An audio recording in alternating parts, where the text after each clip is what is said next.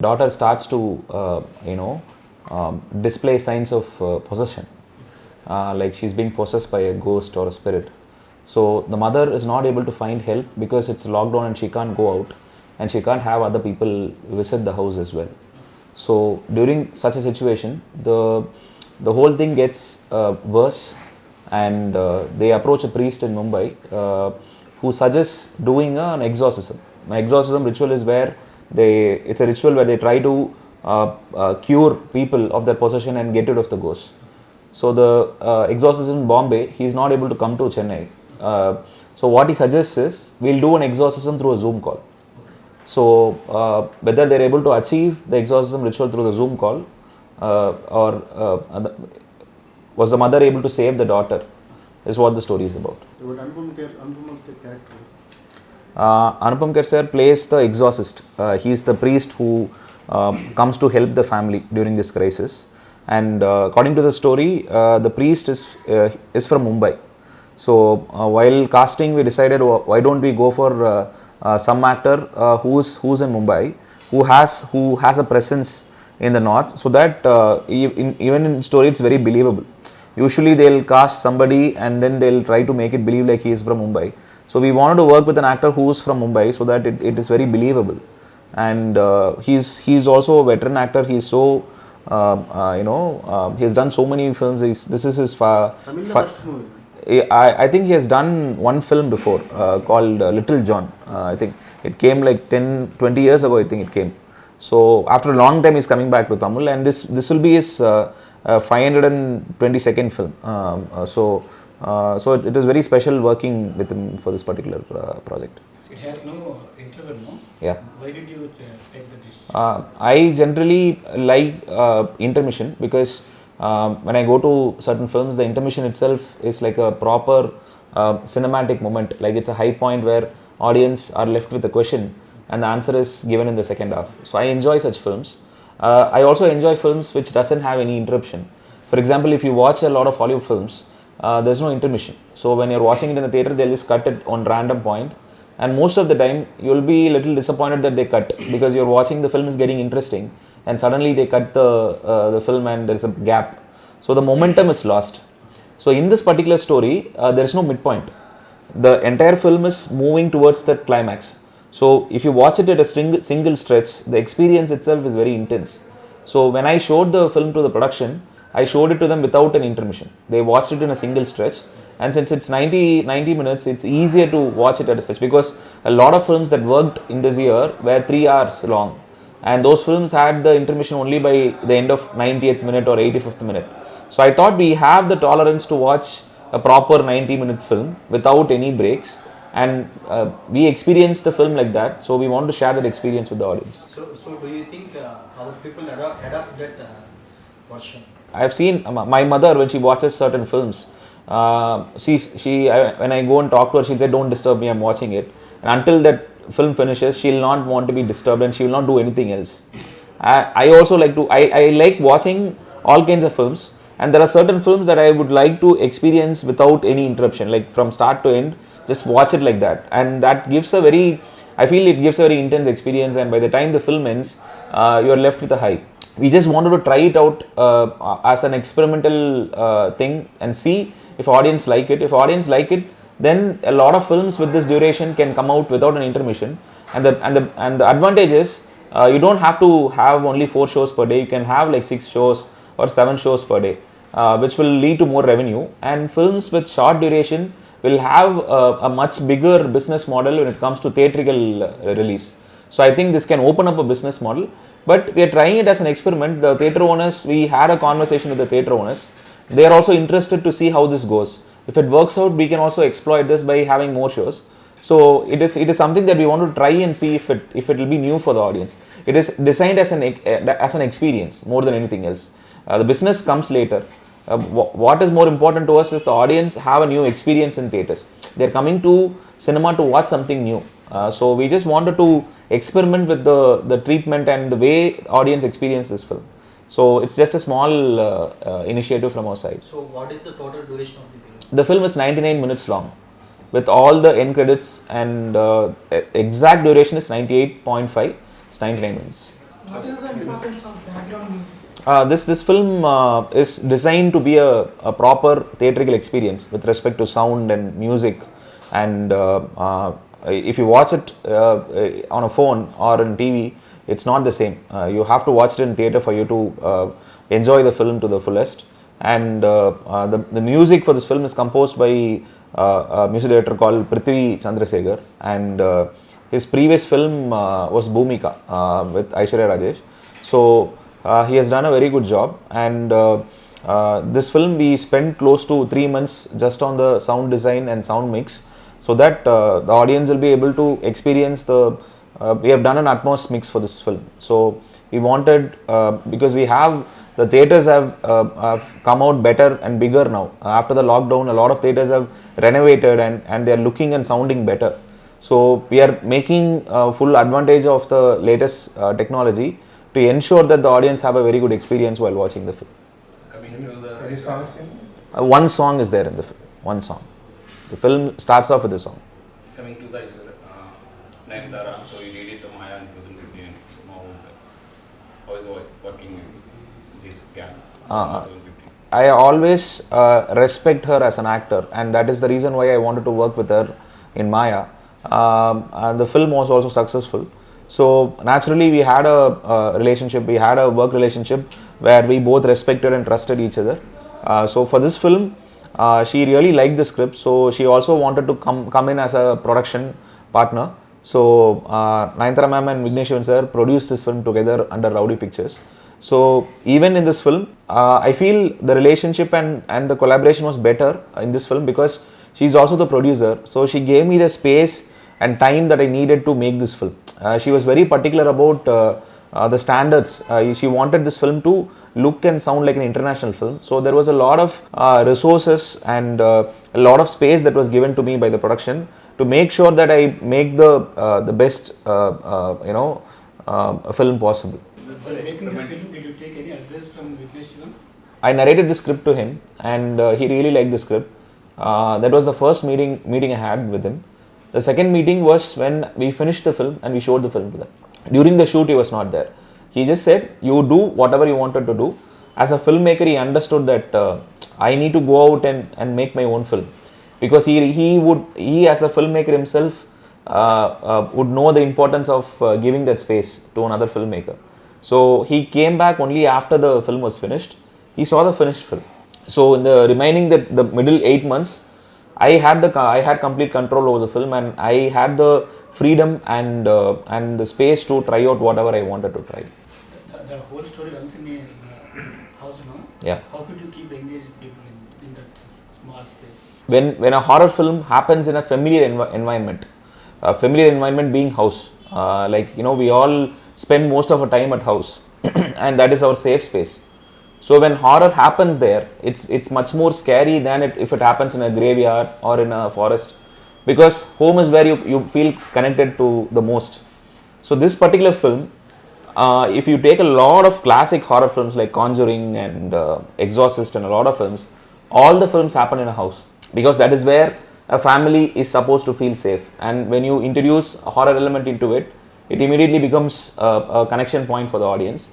We tried a lot of interesting techniques to make the film engaging for the audience from starting to end, because all these characters are from different places. So there will be around 4 different places, 5 different places in the film, and they're all connected through video calls. So it's not just one house. The other characters will be living in other places, and every one of them will be connected through video calls. And the way the shots are designed is in such a way that when you watch the film, you don't know what is going to come from where. You're always like waiting, or you're always anxious that something is about to happen.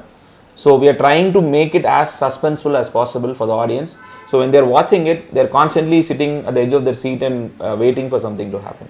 That is how we have tried to design the entire film. Are you believe God and ghost concept? When people ask me, have you seen ghosts and all that, I always tell them a ghost or God is something that you feel inside, feel from within. It is not something you can see or hear, at least from my experience. I always feel like when you go to an abandoned house, or when you go to a unknown place that you have not gone before, forest or anything, you're walking there and you're feeling something. It's very hard to explain that feeling. You feel like, there is something, we are not alone, like there is somebody else with us, but you won't be able to explain it. It's something that you feel, it's something that, it's like the hair on the back of your neck standing up, that kind of feeling. I've had that feeling lots of times because I'm very scared of darkness. Right from my childhood, if I get up in the middle of the night for water, I'll be very scared to go to the fridge and take water because I'm scared of going into the dark room. Even though I live in that house, during night I'm feeling scared to go. So whenever I visit a new place or go to an unfamiliar place, I always have these emotions and instinct inside me. So I think that is what I try to take inspiration from for my horror films. This is your fourth horror film. Third horror film. You did all genres like that, horror Yeah, films, yeah. Maya, Yeah. Game Over. Yeah, yeah. So you like it. Yeah, I like horror genre a lot, and I feel that we have a demand for good horror films in India because there aren't a lot of filmmakers who make authentic horror films. For example, there was a Telugu film recently called Masuda, which was like a authentic horror film. I've not seen the film because of my work. I'm planning to watch the film, but I heard that it is like a proper horror film without any commercial compromises. It's like a proper horror film from start to finish. So I think there is a very good market for such films in India because when Hollywood films like Conjuring and all those films release here, they do extremely well. Irrespective of the language or culture, everybody connects with it, everybody watches those films. So I feel like we have a huge demand for such films in India. Are you interested to do films with Telugu heroes? Oh, definitely, because I really look up to a lot of actors and directors here, and I constantly try to watch Telugu films because since I don't understand Telugu, if it releases in Chennai, I'll wait and see if it has subtitles. So I saw recently Ante Sundariniki, I saw with subtitles. I really liked the film. Okay, Jeevidam, I saw that film. I saw Sita, I saw that film.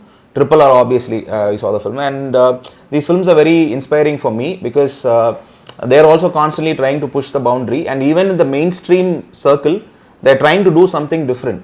So even in Tamil, we are trying and attempting that. So I think Tamil and Telugu are Tamil, Telugu, Malayalam. I feel the South Indian industries are becoming very healthy now in trying out different films and all that. I hope that actors from Telugu work with Tamil filmmakers. Actors from Tamil, they're already working. They're already making a lot of films. So I think this kind of healthy collaboration should happen. That's what I'm hoping for.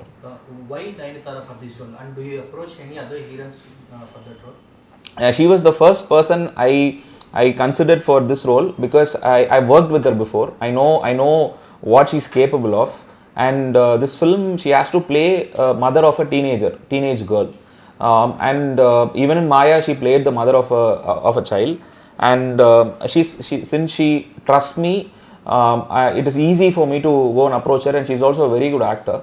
So I wanted somebody who has the depth in their performance, who can kind of hold the audience's attention for 90 minutes with just performance. Even if she's sitting and talking something, your attention is completely on her. She has that kind of a presence. So I feel as an artist, I really admire her and I respect her work. So that is why I wanted to work with her again. Releasing in Telugu, Tamil, Hindi? Tamil and Telugu, it's releasing on December 22nd. Hindi, it's releasing on December 29th. What about your future films? It's the same genre or you are trying to... No, I want to do other genres now. I want to try and see other things as well because I had other ideas before also, but what happens is when you make a horror film and it becomes successful, producers don't want to try other things. They want to make more horror films because it's safe. But this film was conceived during the lockdown. If lockdown was not there, I wouldn't have made this film. I got inspired during the lockdown. I wrote the script. Now lockdown got over, but the script was conceived during that period. I still feel even after all the COVID infection is over, I still feel there is so much of emotion and there's so much of loss that we need to process. And I think this film, what it's trying to do is to give hope to people that and kind of assure them that we have crossed a very big crisis, but we have come out better, and we'll have a better future. So I want this film to give hope to a lot of people. So that is the main intention behind making this film. Tamil and Kannada directors are coming to Telugu directors are coming to Kannada, Tamil. So what's your opinion about this?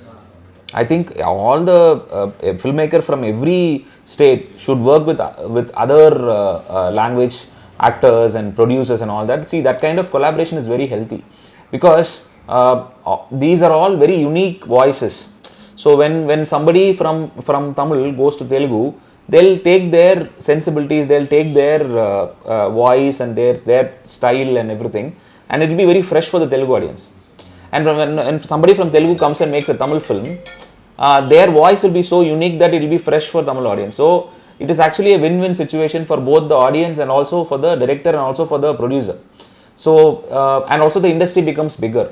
So anybody should be able to work with. So the thing, I think even before lockdown, this thing was slowly going away. So in India, I think earlier there was Bollywood, Collywood, Tollywood, and now it's all like everybody is working everywhere.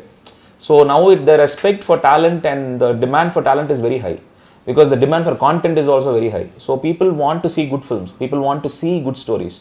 So I feel if you have a good story, you can take it to any producer in any language and you will be able to make the film. Earlier it never used to be like that. Now you can approach anybody in India and they'll, if they really like the script, they'll do it. The language is not an issue anymore. So I feel right now I'm very fortunate to work in a situation like this, where there are so many options in front of me to go and make my film. Who's your family like? I had a very interesting meeting with Nani Garu when I came to narrate Mayuri to him during 2013. I met him almost like 9 years ago. Usually when I meet actors and narrate the script, they don't react much. They'll just listen to it and they'll say it's good or bad. When he was listening to the script, he was actually reacting to me. He doesn't know me. I've never met him before, or he has not met me before. He doesn't know me. I don't know. I have not met him before. He was so nice to me. He listened to the narration, and he was emotional, and he said, if you did not have a producer, I'll produce this film. He even offered to produce this film, and I had a wonderful meeting with him. And also specifically the kind of films that he does in Telugu, I'm a huge fan of his work. He is somebody I feel is constantly trying to experiment and try different things. So he is an actor that I really want to work with. You have any script for him next? What happens is, for me to approach him, I want to write such a good story that it will justify his talent. So even for this film, when we approached Anupam Kher sir, I was very hesitant, because he has done so many films. Like I should give him something that he has not done before, and also I should give him something that justifies his talent. For Nani Garu, I want to pitch him a story that kind of justifies his talent as an actor. So, but I definitely want to work with him.